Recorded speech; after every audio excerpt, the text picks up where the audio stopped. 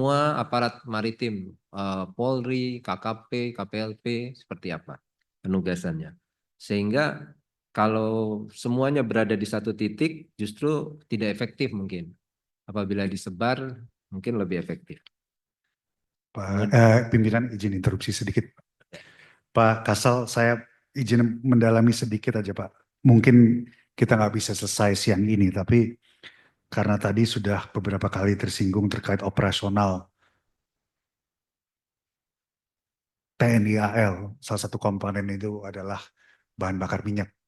Ya ini menjadi cost operasional yang begitu tinggi, apalagi melihat wilayah Bapak yang begitu luas. Ini saya rasa menjadi perhatian bukan cuma di Angkatan Laut, tetapi juga di institusi maupun kementerian lain yang menanggulangi atau membawahi urusan kelautan. Saya ingat kalau tidak salah pada saat saya di Komisi 4, mitra kerja kita KKP, Satgas 115 waktu itu memiliki beberapa aset kapal laut, tapi salah satu kendala keterbatasannya adalah keterbatasan anggaran untuk BBM. Nah, mungkin kalau tidak bisa saat ini Bapak terangkan mengenai tadi ada beberapa dari anggota juga yang minta keterangan mengenai konsep ideal ya apakah itu alutsista tapi juga budget operasional yang ideal supaya bisa menunjang operasi angkatan laut. Izin pimpinan kalau kita boleh usul kalau tidak cukup waktunya pada siang hari ini, bolehkah kita nanti dalam siklus-siklus ke depan kita mendapatkan atau mendalami ini supaya kita bisa benar-benar membuat suatu rekomendasi yang komprehensif terkait keamanan laut untuk Indonesia ke depan. Jadi saya ingin tahu nanti misalnya dari anggaran Angkatan Laut yang kalau kita rata-ratakan 5 tahun terakhir mungkin berkisar dari 23 sampai 24 triliun rupiah. Berapa persen dari anggaran itu memang dibutuhkan untuk operasional Angkatan Laut seperti bahan bakar minyak misalnya. Saya ingin tahu ke depan itu komponen-komponen seperti itu dan ideal untuk Bapak bisa menjalankan tugas dan tanggung jawab Bapak secara maksimal itu idealnya seperti apa Pak? Terima kasih Pak. Baik. Untuk bahan bakar memang ini masih, kalau kita berpikir masih sangat terbatas. Nah ini mungkin ya. Kemarin ada tunggakan itu bahan bakar berapa itu? 2,25 T. Ya. Dan saat ini kita sudah dikenakan harus membayar hutang lagi berapa? 3,2 T. Nah, itu sebenarnya tunggakan. Jadi ini mengganggu sekali, mengganggu kegiatan operasional dan harapannya sebenarnya ini bisa ditiadakan gitu untuk masalah bahan bakar. Jadi terpusat diputihkan lah ya kalau bahasa ini. Diputihkan Tunggakan ke siapa tuh? Ke Pertamina? kepada Pertamina. Kemudian nanti mungkin diatur oleh Kemhan untuk masalah bahan bakar nih langsung. Terpusat oleh Kemhan. Harapannya seperti itu. Memang yang menggunakan bahan bakar terbesar pasti Angkatan Laut karena kapal kita ini walaupun diam saja, tidak bergerak, tapi dieselnya tetap hidup. Dan untuk menghidupkan air condition, AC. Karena kalau AC dimatikan, peralatan elektronik akan rusak di dalamnya. Itu bahayanya. Bentar. Itu masalah bahan bakar memang. Terus kemudian bahan bakar juga kita masih harga ini ya, harga industri. Harusnya mungkin bisa dialihkan menjadi subsidi. Beda dengan Polri perlakuannya. Nah ini mungkin perlu disamakan nanti. Itu Ada. Mulai dari sini. Jadi tinggal teruskan. ya. Gimana? Jadi dukungan BMP Laut TNI AL ini didukungnya bukan dengan kuantum tapi dengan rupiah dan harga industri. Apabila didukung dengan rupiah, maka kuota BMP Angkatan Laut mungkin BMP Laut akan berkurang lagi dari 20% akibat fluktuasi rupiah. Karena berfluktuasi, terhadap US dollar. Mungkin itu ya. Nanti kemudian saat ini juga ada ketentuan kita harus menggunakan B35 minimal. Dan ini juga ada kendala di beberapa kapal tertentu. Apabila menggunakan B35 maka dia harus mengganti filter menjadi lebih sering lagi. Jadi akan mengeluarkan biaya yang lebih besar lagi. Itu permasalahan bahan bakar. Kemudian dari Pak Sabam Mahmud Arifin, peningkatan kekuatan kemampuan tempur. Presiden, kebetulan Bapak Presiden ini sangat concern terhadap kekuatan Angkatan Laut, walaupun beliau backgroundnya Angkatan Darat, tapi sangat memikirkan terkait dengan Angkatan Laut. Banyak di masa beliau ini akan ada penambahan alutsista Angkatan Laut, termasuk 2 kapal fregat dari Italia, kemudian ada nanti dari Turki, kemudian ada kapal selam. Nah, dari beliau sangat concern sekali. Beliau menyampaikan bahwa Angkatan Laut kita harus kuat. Memang karena negara kita negara kepulauan. Kemudian pandangan saya terhadap Coast Guard memang tetap harus tetap ada. Jadi idealnya apa perlu Coast Guard sangat diperlukan. Dan Coast Guard ini kalau di masa perang akan menjadi komponen cadangan dari Angkatan Laut. Semangatnya untuk penegakan hukum di laut juga bagaimana pembagian tugasnya bisa mencontoh dengan negara lain. Nanti memang sudah kita laksanakan sih FGD maupun seminar terkait Coast Guard ini. Pembagian tugasnya nanti seperti apa. Dulu waktu masih Bakor Kamla itu sebenarnya pembagian tugasnya cukup bagus. Dikoordinasikan dan semua happy gitu. Polisi, BKO Bakor Kamla mereka happy. Angkatan Laut yang BKO Bakor Kamla juga seperti itu. Jadi dia koordinasinya sangat baik.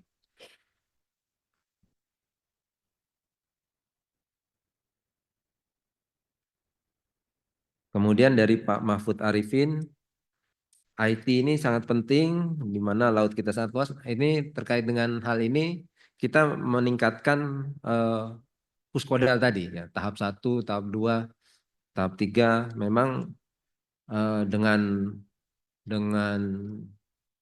APBN rupiah murni cukup berat. Apabila didukung dengan PLN akan lebih baik lagi, karena kita akan menggunakan satelit ya. Bisa real time mengawasi perairan Indonesia di seluruh wilayah perairan Indonesia secara real time. Dan harapannya walaupun kapal-kapal yang dicurigai itu mematikan AIS, Automatic Identification System, tetap bisa terpantau dengan satelit. Dan untuk menggunakan satelit ini kita masih menyewa. Kemudian dari Pak Taufik Abdullah, memang seperti di kepolisian ada Bank Napi itu, Pak. Itu baik sekali, memang masyarakat perlu tahu ya terkait proses pengamanan laut di Indonesia ini. Untuk koordinasi dengan Menko Polkam kita sudah, jadi memang ada des di Polkam itu, Menko Polkam itu ada yang masalah penyelundupan terutama, itu Angkatan Laut dilibatkan di situ. Terutama masalah hal-hal yang terkait dengan keamanan laut. Jadi lebih ke OMSP sifatnya, tapi hal ini sudah dilakukan dan penangkapan terhadap kegiatan-kegiatan ilegal di laut kita selalu laporkan ke Polkam. Mohon maaf, Menko pimpinan. Polkam. Mohon maaf, pimpinan. Ya. Maksud saya terkait dengan rencana pembentukan undang-undang keamanan laut itu sudah ada komunikasi apa belum? Sudah pernah Belum. diundang? Belum. Kalau itu Oke. belum. Oke. Sip. Terima kasih, Pak.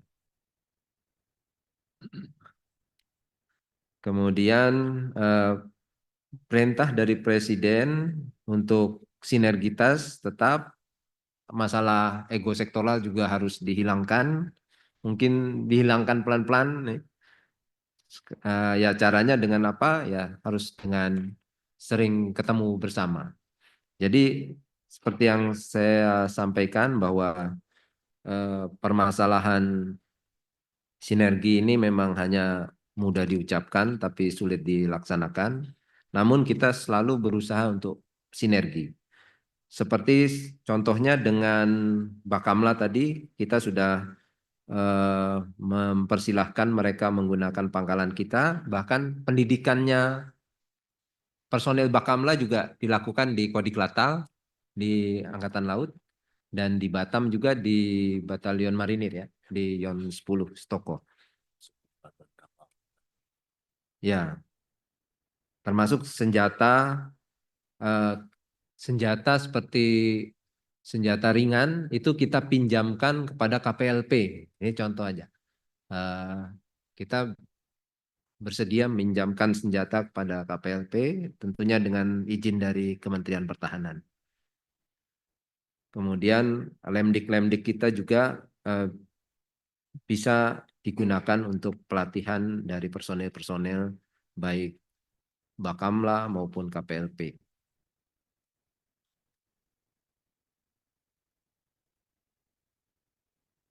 Tuh. Untuk positioning Coast Guard seperti apa, saya rasa nanti perlu dirapatkan bersama. Mungkin saya tidak bisa memberikan keputusan seperti apa nanti baiknya, tapi kita tetap mendukung terbentuknya Coast Guard.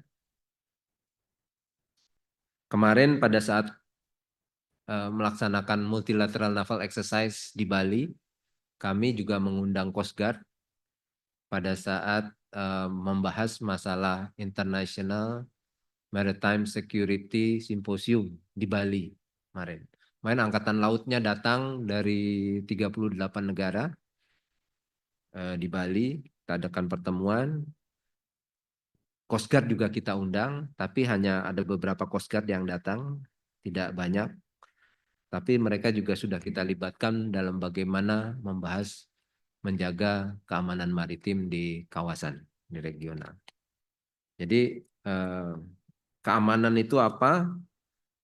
Seperti yang tadi saya sampaikan di dalam paparan, mungkin keamanan laut itu harus bebas dari 4 ancaman itu.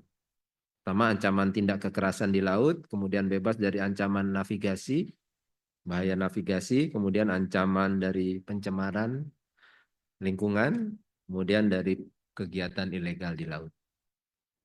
Jadi sekali lagi memang kata kuncinya tetap sinergi, Pak. Sinergi ini harus menyamakan kepentingan. Bagaimana biar kepentingannya sama, harus sering banyak bertemu bersama. Kalau sudah ketemu bersama atau mungkin dirotasi atau dilaksanakan patroli, misalnya kita pernah dulu mengundang, silahkan anggota misalnya Bea Cukai ikut patroli bersama kapal Angkatan Laut. Atau sebaliknya, anggota Angkatan Laut ikut patroli bersama dengan kapalnya Bea Cukai. Akhirnya kepentingannya kan terurai itu. Maunya seperti apa?